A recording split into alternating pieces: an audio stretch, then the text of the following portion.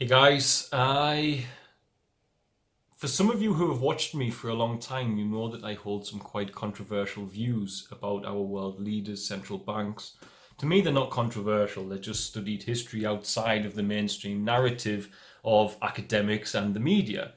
And it's not like it's a history you can't study, it's just a history that's not taught. My views that I have world events going on. The Australia fires even is one of them, which you might get a shock at hearing. I have a controversial view on what may be happening here.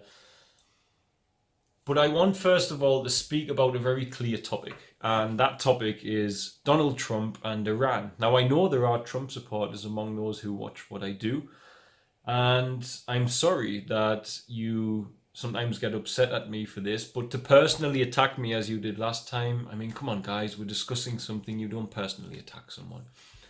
I hold my view for reasons of various factors that I've learned throughout my life, and I'm going to share them now, so it'll probably disgruntle a few of the Trump supporters out there. But it's not meant to be that, and I have no personal hatred attacking Donald Trump.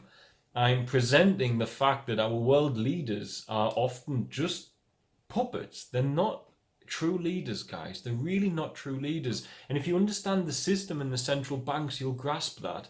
A world leader like Trump has recently promoted, they've spent 2 trillion on defense. Where's the 2 trillion from? Not from his pocket, from the central banking system. Who controls the central banking system? Not the government. That's where the problem lay in how all of this works. Now, Donald Trump recently has assassinated the head of the Iranian army, ultimately. And in doing so, he's created great unease and discourse, and many world leaders have said that's exactly what he's done. However, he's claiming he's prevented a war. I'm not a military strategist. I'm not a secret agent for the US. I don't know, nor does anybody else in among the public. We don't know what Iran were doing, nor do we know America's agenda. But we can ask certain questions, and they are important questions, because there are certain narratives that do exist on the planet, and the fact the mainstream media never ever speaks about them always raises an eyebrow for me. Why would they not talk about these things when they are of such vast importance? Now, why would we want, as Western nations, to go to war with Iran? Why would we want to go to war with all of these nations? Now, we claim it's because of brutality in the countries. We claim that people are oppressed and their countries are not as liberal as ours. And it's agreeable to say that. Many of the laws governing these countries are quite primitive compared to the liberal laws of our nations. However, does that justify when a minority of people are being oppressed, often by governments in that way, but many people agree with it in that culture, that we go and we bomb and we maim and we kill and we burn innocent children? I'll focus on the children, the most innocent and fresh of life, but everybody, innocent human beings, and we burn them alive with bombs until the country agrees to a regime that's the same as our own. This is terrorism. This is evil of the highest order. Now, we are sold the idea that we're defending ourselves. We say that we're defending ourselves. Again, we don't know that. We're taking that on hearsay. On the planet, we have central banks. We have a Federal Reserve in America, and the Federal Reserve is criminal, and it prints money at interest. It's privately owned.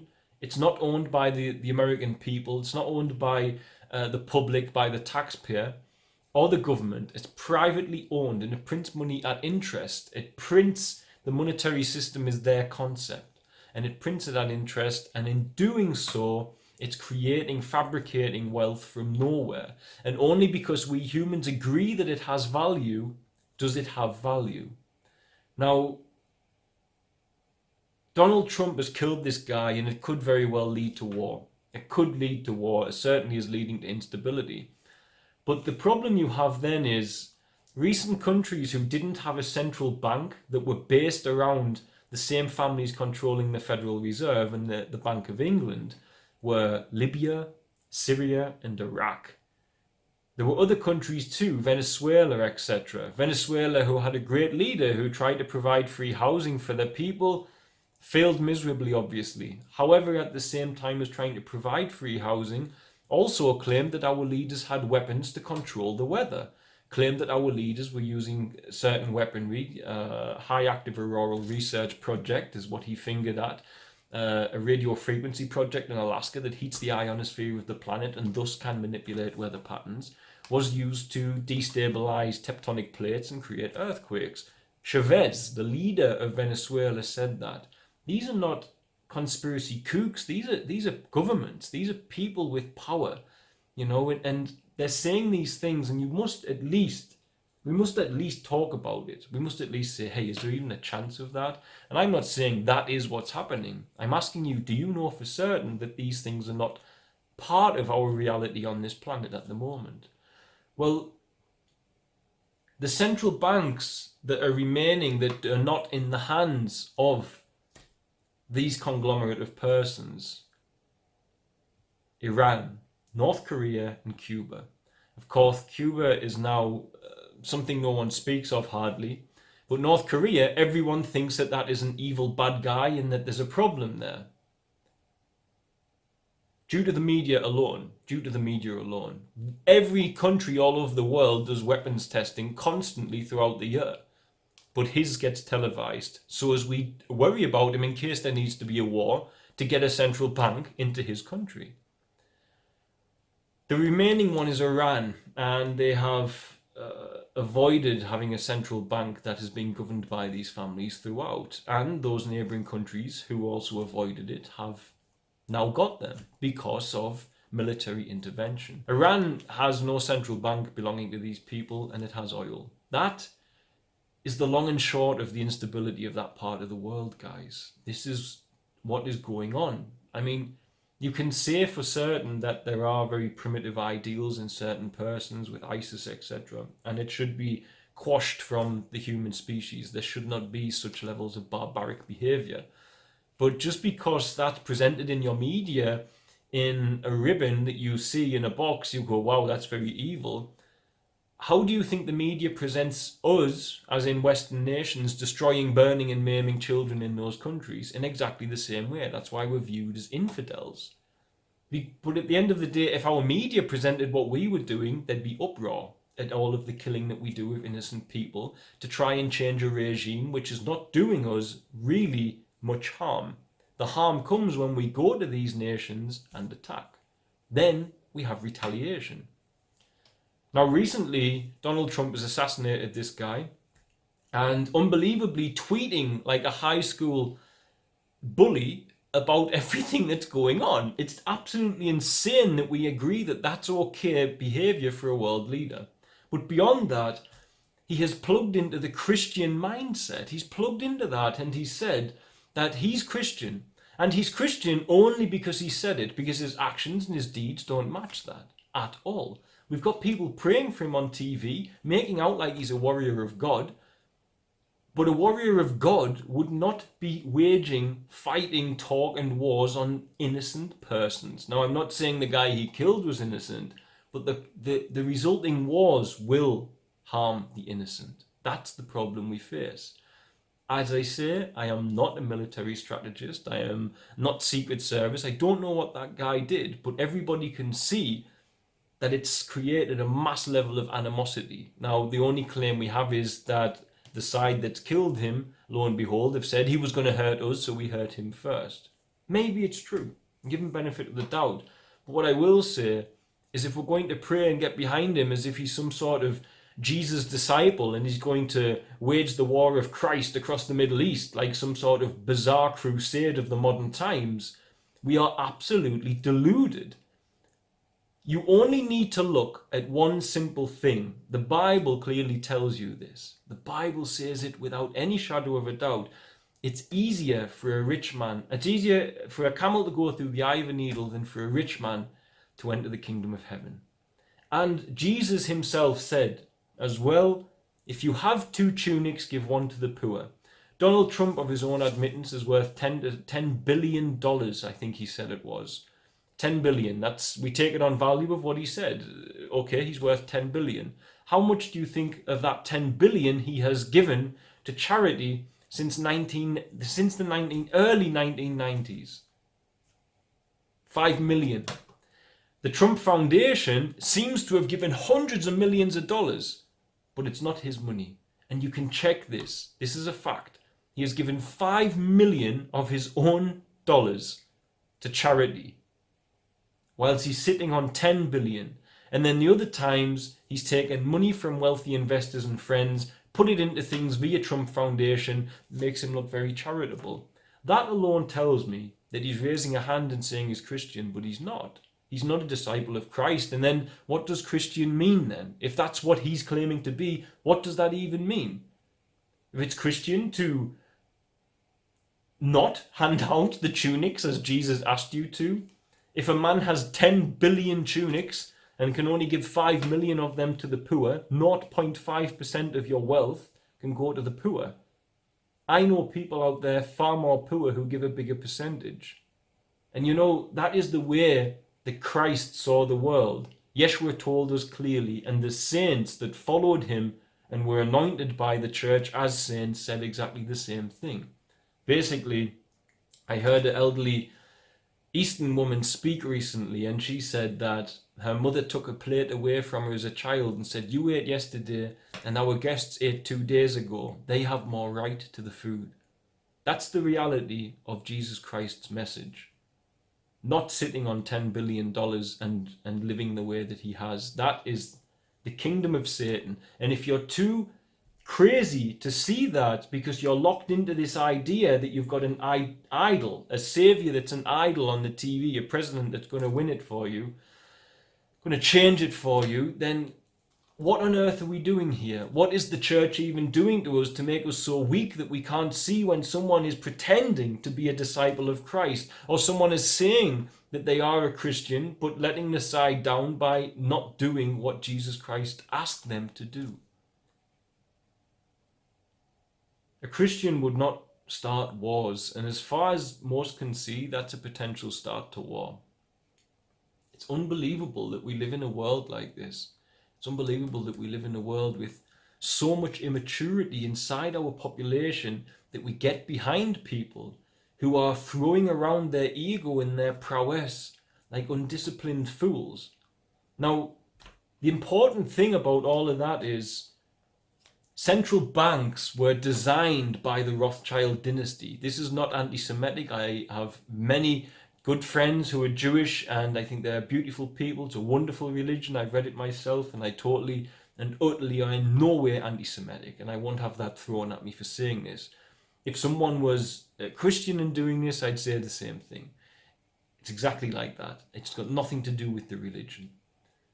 Who formed Israel? Rothschild. It's a powerful name. He formed a country. He's so powerful, he formed the country of Israel. That's a fact. Rothschild's forefathers, designed and created the central banking system, starting with the Napoleonic War. At the Napoleonic War, they managed to back both sides, and using a very sneaky means that was intelligent enough to do so, messenger pigeons, they managed to find out who won the war first, and they bought up England and became the richest family in the known developed world. They continued to expand with other families in their position and continue building these central banking systems across the planet to create a governance system that they wanted for the planet.